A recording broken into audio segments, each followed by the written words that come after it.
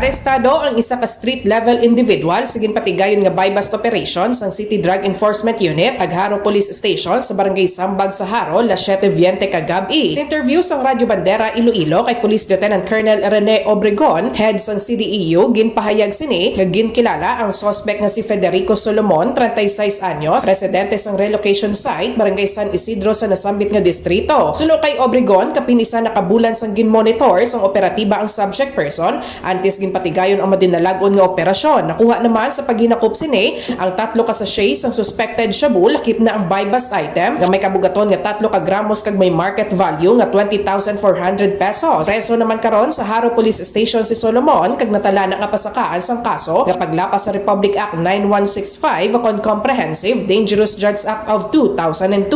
Samtang yara naman karon nakahunong sa Kabatuan Municipal Police Station ang anom ka mga persona nga naaresto matapos madakpan nga nagabulang sa Barangay Gaob sa nasambit nga banwa alas 6:45 kahapon sang aga. Ginkilala ang mga suspect nga sanday Lorenzo Librando Jr., Manny Madrid, Jessica Belas, Renato Muscaya, Jose Bordon kag Eduardo Cordero. Nakuha naman sa ila paghinakop ang duha ka manok kag ang 20,350 nga bet money. Sa iban pa nga balita lokal, ginapangita pa sa karon sang kapulisan ang kapin 60 ka mga individual nga nakapalagyo sa ginpatigayon nga illegal gambling operation sang Leon Municipal Police Station sa Sitio Central, Barangay Balublob, Banwa sang Leon. Sa interview sa Radyo Bandera Iloilo kay Police Lieutenant Melchor Tolentino, hepe sang Leon Municipal Police Station, ginpahayag sini nga bangod sa kalayoon halin sa kalsada pagadto sa ginabulangan, latigayon nga makalumpat sa banglid kag makapalagyo ang mga suspect. Na-recover sa operasyon ang 22 ka mga motorsiklo, 11 ka mga bulang sang manok, 29 ka bayong kag 27 ka manok. Sa karon padayon pa nga ginapangita sang Leon Municipal Police Station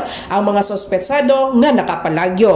Mga police reports nga natipon sa syudad kag probinsya sang Iloilo, ini si Karen Badilla nagabandera sa matuod nga serbisyo publiko kag kalingawan sa Iloilo, Radyo Bandera.